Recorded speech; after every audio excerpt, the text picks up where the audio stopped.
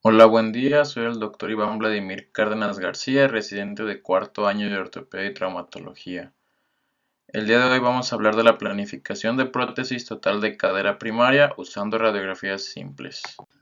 La planeación prequirúrgica antes era muy poco entendida y utilizada, ya que el diseño de las prótesis era muy limitado.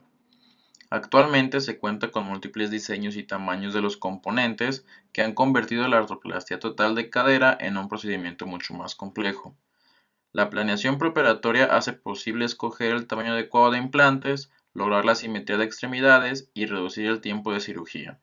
Charnley demostró la importancia de obtener radiografías preoperatorias adecuadas para escoger las medidas correctas de los componentes de las prótesis, además de enfatizar en lo importante que es restaurar el offset para obtener una adecuada estabilidad y sobrevida de la artroplastía. Los parámetros para medir adecuadamente el tamaño del implante son el borde superolateral del acetábulo, la lágrima y la línea ileoisquiática de Kohler. El tamaño de la copa no debe de ir más allá de la línea ileoisquiática y esta se va a medir siempre en el lado sano. Para obtener el centro de rotación vamos a utilizar el método de Ranawat, en el cual se va a trazar una línea horizontal a nivel de la cresta ilíaca y de las tuberosidades isquiáticas. Estas se van a conectar por una línea vertical perpendicular pasando por el punto A. El punto A es definido como el punto que está a 5 milímetros lateral a la intersección de la línea de Kohler y la de Shenton. El punto B se encuentra en una línea vertical a nivel horizontal del techo del acetábulo en las caderas normales, y el punto C se encuentra en la línea horizontal BC al nivel del hueso subcondral en el techo acetabular, y esta es equidistante a la línea AB.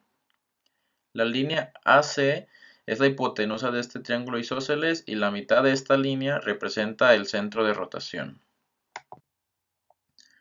Una vez medido el centro de rotación, se pasa al lado a operar y se usan tres líneas de referencia.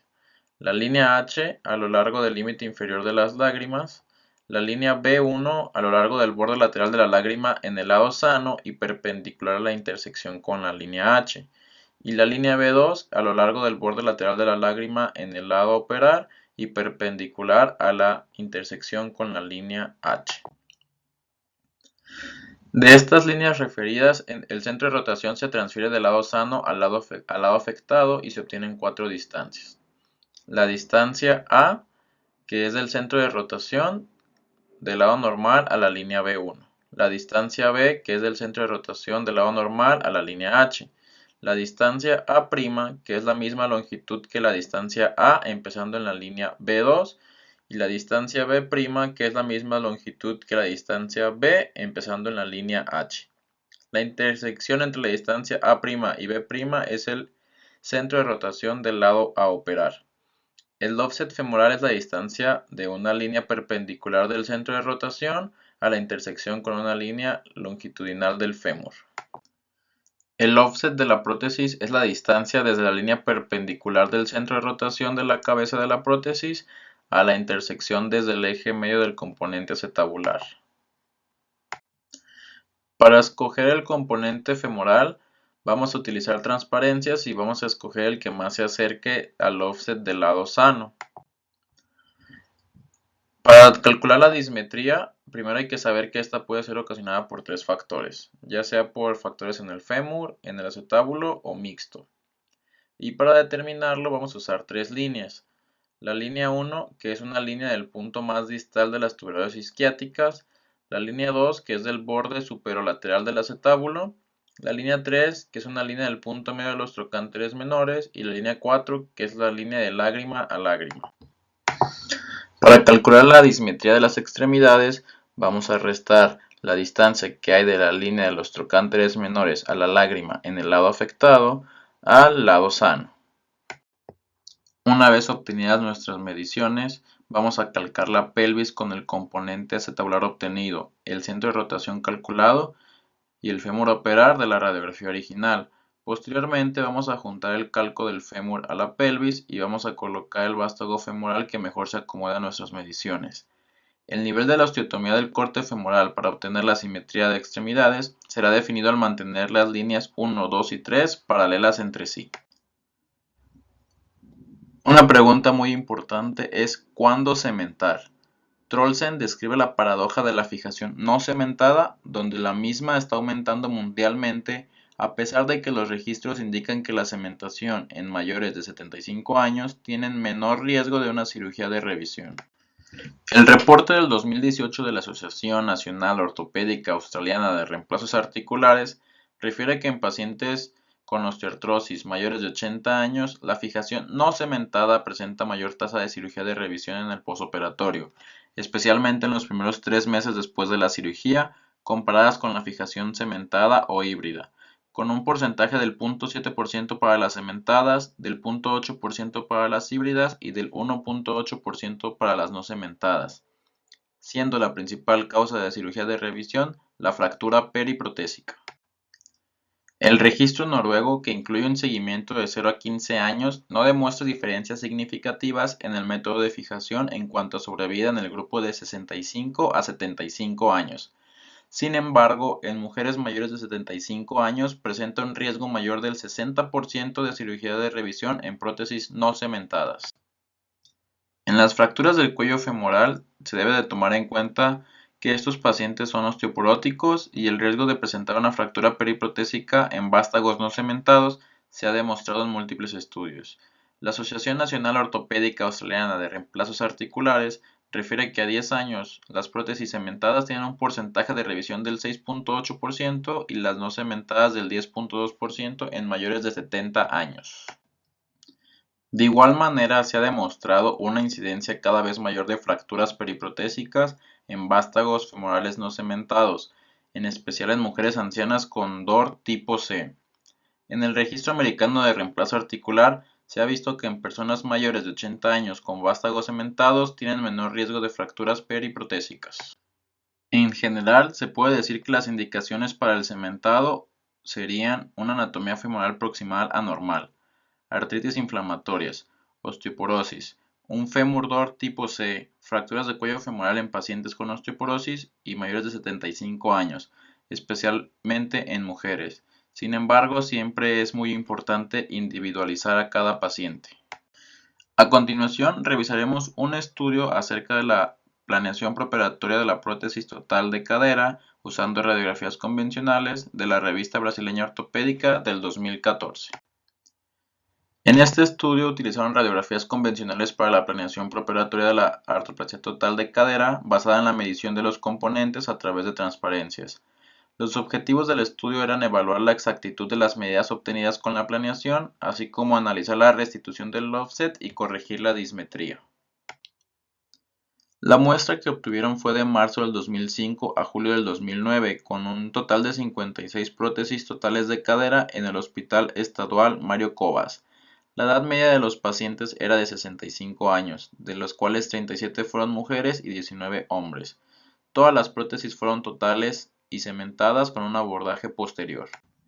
Los criterios de inclusión eran artrosis unilateral y los de exclusión una artrosis bilateral, una protrusión acetabular moderada o severa según Sotelo Garza, una displasia de cadera mayor a Crowe 1, una fractura del cuello femoral y alteración en otras articulaciones que causen dismetría. Entonces, para recordar la clasificación de Sotelo Garza, únicamente las que incluían eran las leves con una protrusión acetabular de 1 a 5 milímetros, dejando fuera las de 6 a 15 milímetros o mayores de 15 milímetros. También recordar que únicamente incluía a las Crowe tipo 1, las cuales tienen un desplazamiento proximal menor del 10% y una subluxación de la cabeza femoral menor al 50%. En el estudio se tomaron radiografías AP de pelvis centradas en la sínfisis del pubis, con las extremidades rotadas internamente 15 grados y con una distancia de 1 metro entre el chasis y el rayo, así como radiografía lateral del primer tercio proximal del fémur. Se utilizó chi cuadrada para determinar la precisión de las predicciones de los componentes, el test de Mann-Whitney para comparar las medidas del offset planeado y el obtenido, así como el uso del SPSS para obtener los resultados. La precisión en cuanto al componente acetabular medido y el utilizado fue de un 78.6% con una P menor al 0.01.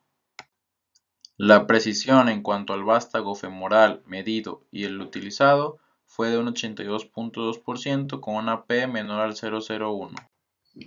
El offset medido en la planeación preoperatoria fue estadísticamente similar al offset obtenido en el postquirúrgico. El promedio de la dismetría previo a la cirugía era de 1.6 centímetros con un rango de los 0 a los 3.9 centímetros. Después de la cirugía se observa una simetría de extremidades en 27 pacientes, un alargamiento en 18 y un acortamiento en 11. El promedio de la dismetría postquirúrgica fue de 0.4 centímetros con un rango de los 0 a los 2.1 centímetros. El vástago femoral estuvo en posición neutra en 43 caderas, en valgo en 3 y en varo en 10. La inclinación de la copa acetabular en promedio estuvo en los 42 grados, con un rango de los 30 a los 58 grados. El offset planeado fue similar al obtenido, y el centro de rotación tuvo un desplazamiento en la media de 4 milímetros hacia el eje horizontal y de 6 milímetros al eje vertical.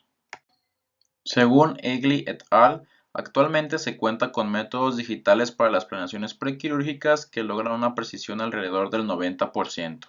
Sin embargo, no en todos los hospitales se cuenta con radiografías o programas digitales para la planeación prequirúrgica. El método usado en este estudio es menos preciso, pero se puede utilizar obteniendo una precisión del 78.6% para el acetábulo y 82.2% para el vástago femoral, lo cual es similar al obtenido por otros autores al usar radiografías físicas y transparencias. En 1988, Yoder et al. Observaron mayor aflojamiento del componente femoral cuando el componente acetabular estaba colocado por encima y lateral al centro de rotación. En 1966, Pagnano et al. Observaron mayor aflojamiento de ambos componentes cuando el componente acetabular estaba por encima del centro de rotación. En la muestra, el centro de rotación tuvo variaciones desde 4 milímetros en eje horizontal a 6 milímetros en el eje vertical. La dismetría es una complicación común después de una artroplastia total de cadera. Su corrección se puede prevenir a través de la planeación y durante la cirugía. Una dismetría mayor a 1 centímetro se ha relacionado con lumbalgia. En esta muestra no hubo dismetrías mayores a 1 centímetro. Dolheim et al. Reportaron que el varo o valgo de los componentes puede influenciar el offset de la prótesis. En este estudio no se obtuvo diferencia significativa entre las variaciones de colocación del componente femoral. Dobzianik et al. Determinaron que el componente femoral ideal debe estar en neutro en plano frontal, con 20 a 30 grados de anteversión, y el componente acetabular 45 grados de abducción y 20 a 30 grados de anteversión. Levinek et al. Definieron zonas seguras para el componente acetabular con una inclinación de 30 a 50 grados y una anteversión del 5 al 25 grados. En la muestra del estudio se obtuvo en promedio una inclinación de 42 grados con un rango del 30 a 58 grados. Se observó una exactitud del 78.5% y 82.2% para el componente acetabular y femoral respectivamente en este estudio. El offset medido en la planeación quirúrgica fue estadísticamente similar al obtenido postquirúrgicamente, y se obtuvo una simetría de extremidades en el 48.2%. En los restantes, el 87.5% tenía una dismetría menor o igual a 1 centímetro, y de ellos el 69.6% una dismetría menor o igual a 0.5 centímetros. En México actualmente no se cuenta con radiografías ni programas digitales para la planeación prequirúrgica en todos los centros hospitalarios del país, por lo que la planeación con radiografías convencionales con plantillas y calcos sigue vigente, y es importante para evitar en la medida de lo posible las complicaciones intraoperatorias y obtener un buen resultado postquirúrgico tanto clínico como radiológico a corto y largo plazo. Muchas gracias.